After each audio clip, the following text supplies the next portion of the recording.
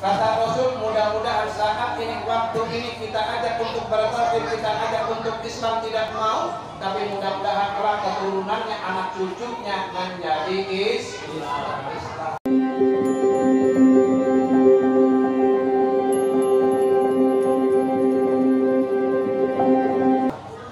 Makanya sekarang terkenal ya para negara tauhid Islamnya kuat. Ya kalau orang Indonesia zaman sekarang orang biasanya ya alhamdulillah kuat enggak? Iya, buktinya kuat kemarin disinggung. Iya, oleh Menteri Agama. Kira-kira kita sakit enggak itu? Sakit enggak kita umat Islam? Iya, dibanding-bandingkan suara adzan dengan rombongan anjing. Ya kan berarti seolah-olah menghina. Itu kalimat yang baik, kalimat thayyibah yang terpanggil Allah Subhanahu wa taala untuk menyeru umat Islam untuk melaksanakan ibadah sholat. Sholat kan padahal enggak enak, berarti kan Allah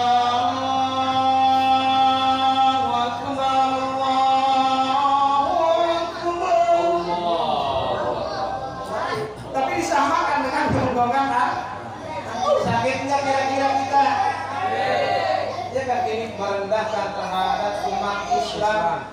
Maka itu kalau kita merasa sakit, kita merasa tidak terima, maka kita berusaha sekarang untuk kita istiqomah, untuk kita bersatu, terutama laksanakan perintah-perintah Allah, terutama sholat 5 waktu. Kalau kita merasa sakit tapi kitanya sering meninggalkan ibadah sholat, ya percuma.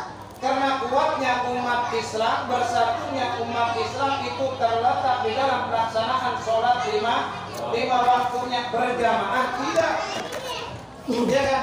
Ini semasa Rasulullah SAW saat awal hijrah dari kota Makkah menuju kota Madinah, lantas diikuti oleh sahabat-sahabat muhajirin, diterima oleh sahabat-sahabat Ansor. Itu ekonomi umat Islam saat itu masih lemah, ya kan? Kemudian Rasul menanyakan terhadap para sahabat yang antara sahabat muhajirin dan sahabat Ansor yang matang ekonomi, ya kan? Kamu sekalian sahabat Ansor ya sahabat muhajirin, dan bahwa tidak kuat, tidak bersatu, ya kan, ekonominya tidak pesat karena kamu kurang bersatu.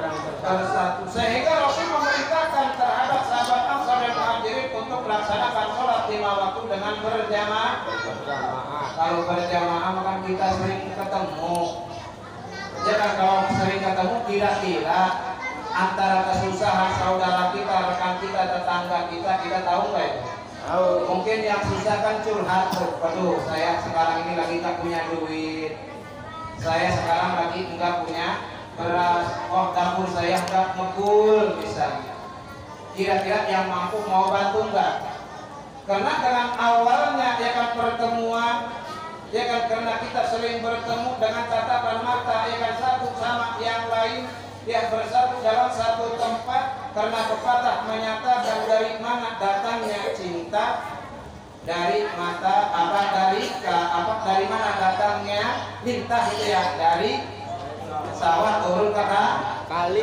Dari mana datangnya cinta, dari mata turun ke akhirnya kan dengan penglihatan. Setelah itu kita mengetahui kekurangan dan kelebihan saudara kita, rekan kita, tetangga kita, sehingga dengan berjumpa tersebut kemudian kita menimbulkan rasa sayang, menimbulkan rasa cinta. Kalau orang sudah merasa cinta, apapun kebutuhan kita, apapun keinginan kita, kalau dia mampu pasti akan memenuhinya. Sehingga sahabat muhajirin dia akan merasa hijrah dari kota Mekah ke kota Madinah, enggak bawa apa-apa. Karena apa? Karena taruhannya dia akan menuju dari kota Mekah ke kota Madinah itu luar biasa. Ancaman daripada orang-orang kafir Quraisy.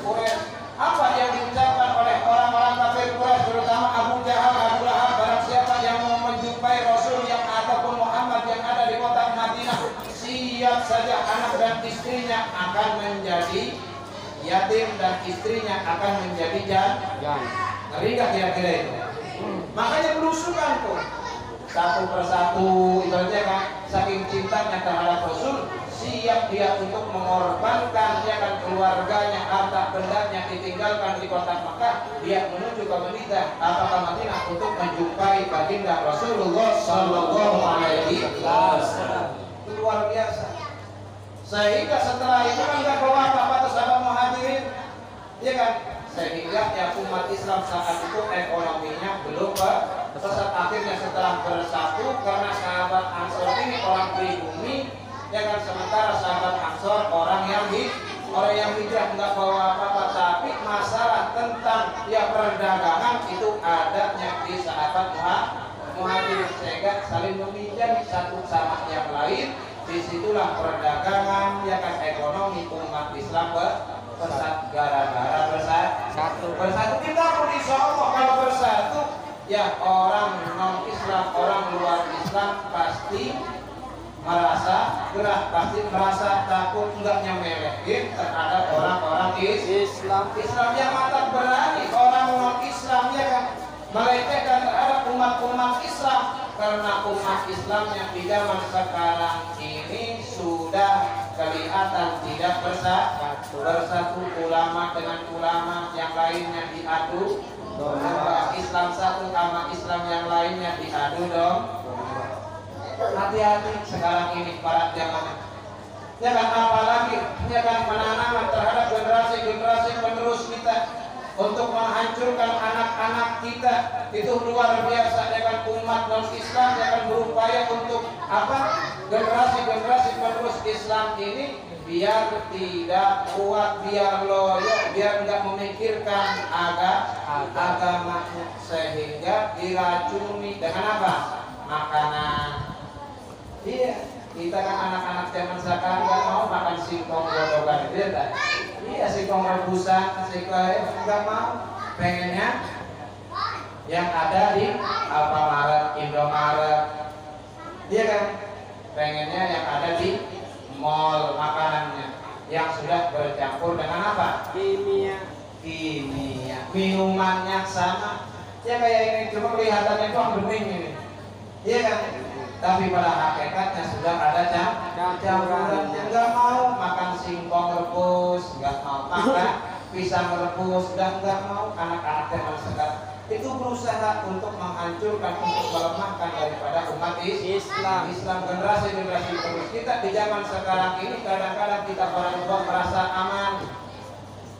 Orang tua zaman sekarang merasa aman, anaknya pinter katanya main HP, benar? Padahal pada hakikatnya itu meracuni anak-anak kita. Itulah virus yang sangat dahsyat daripada virus yang sekarang ini, ya kan, disebarkan dan bahwa virus bisa mematikan. Yang sekarang ini ya ada virus yang disebut virus apa aja? Omicron. Apa? Omicron. Padahal virus yang sangat dahsyat itu yang bisa menghancurkan generasi penerus kita. Setidak-tidaknya anak-anak kita setiap hari, setiap saat, ya kan, bukannya memperdalam ilmu agama, tapi yang dilihat apa yang ada di apa di samping matanya rusak, benar? Matanya rusak, di samping itu pikirannya rusak anak-anak kita.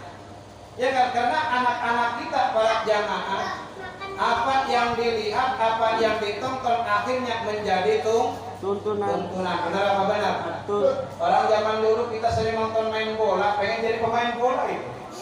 Sering nonton bola, kalau sore habis asar nongkrong, biasa ada main bola, itu kan pertandingan. Kita pengen jadi pemain bola. Malamnya kita nonton film dari Prima. Iya kan, pengen jadi jagoan siangnya tuh. Ya makanya apa yang ditonton akhirnya jadi tuntunan, sementara tuntunan pengajian ya sekarang jadi tontonan. Benar apa benar? Benar apa benar? Cocok apa cocok? Cocok. Akhirnya kita kembali lagi terhadap peristiwa Isra dan Mi'raj yang baginda Nabi besar Muhammad Sallallahu Alaihi Wasallam. Rasul mengalami amul hasad yang pertama ditinggal istrinya tercinta di Siti Khadijah, yang kedua ditinggal pamannya yang ditolib, Dan yang ketiganya gitu ya, ditinggalkan saat mengislamkan orang-orang yang ada di negara Tauhid, bukannya disambut tapi disambut. Rasul sedihnya luar biasa, ya kan? Sehingga Rasul ya karena apa? Karena tidak merasa aman daripada rombongan orang-orang kafir Quraisy, sehingga Rasul merasa sedih yang begitu luar biasa, ketiduran di samping Baitullah itu pas di Hijr Ismail. Dalam satu keterangan, bainama Nabi sallallahu alaihi wasallam fil hijri indal baiti muttaji'an baina rajulaini id atahu Jibrilu wa Mika'ilu wa ma'huma malakun akhar fahtamaluhu, ya kan? Kemudian hatta ja'u bihi samsama fastalqahu ala dhahrihi fatawallahu minhum Jibril. Jadi bainama Nabi sallallahu alaihi wasallam dalam satu waktu Rasulullah sallallahu alaihi wasallam lagi ketiduran di Hijr Ismail dekat Baitullah. Ya, Hijr Ismail itu letaknya antara Rukun Syam dengan Rukun Mi'raj. Ya, itu namanya Hijr Ismail. Kalau orang-orang yang berangkat haji, berangkat umrah tahu letaknya. Oh, ini Hijr Ismail. Pas bawah talang emas, itu namanya Hijr Ismail. Kemudian antara Hajar Aswad dengan Rukun Syam ada, itu kayak seperti kandang burung tuh. Itu namanya Maqam Ibrahim. Bukan Nabi Ibrahim dimakamkan di situ, bukan Nabi Ibrahim dikubur di situ, tapi itu tempat saat Nabi Ibrahim membangun Baitullah. Sehingga tampaknya masih ada bekasnya, tapak kakinya, sehingga diabadikan. Ya, maka bagi orang-orang yang melaksanakan haji dan umrah saat setelah melaksanakan sholat, disunahkan sholat sunnah di Hijr Ismail dan Maqam Ibrahim.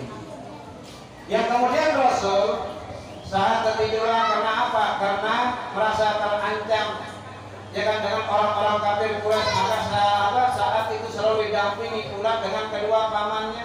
Yang pertama Sayyidina Hamzah, ini masih saudaranya Ki Abdullah, termasuk Abi Thalib, Ki Abdullah, Sayyidina Hamzah, termasuk Abu Lahab. Abu Lahab itu masih pamannya baginda Nabi besar kita Nabi Muhammad. Akhirnya karena dia kan tidak merasa aman paman-pamannya ini, karena ia menjaga Rasulullah SAW. Ki Abi Thalib sudah meninggal dunia, sehingga didampingi oleh pamannya yang lain, itu Sayyidina Hamzah dengan Ki Ja'far bin Abi Thalib. Ya, tak lama kemudian ya kemudian malaikat Jibril mendatangi Rasulullah sallallahu alaihi wasallam. Baina rajulaini id atahu Jibril, kemudian malaikat Jibril mendatangi baginda Rasulullah sallallahu alaihi wasallam. Kemudian bagaimana?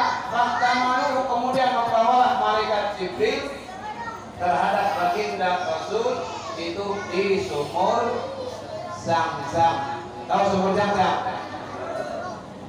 Tahu sumur Zam-Zam pernah minum? Pernah orang Indonesia, ya kan? Ini air yang diberikan keberkahan oleh Allah Subhanahu wa ta'ala. Makanya saat zaman dahulu, ya masa Nabi Ismail alaihissalam, yang malaikat Jibril yang mengucapkan dengan kalimat Zam-Zam ya mubarak. Ya artinya ya berhenti air Zam-Zam yang diberikan keberkahan. Karena apa? Karena air Zam-Zam saat waktu Nabi Ismail masih dalam pedoman menangis pengen minta menyusui ya terhadap Siti Hajar, tapi air susu Siti Hajar tidak keluar air susu. Kemudian Siti Hajar jangan mencari rombongan yang melewati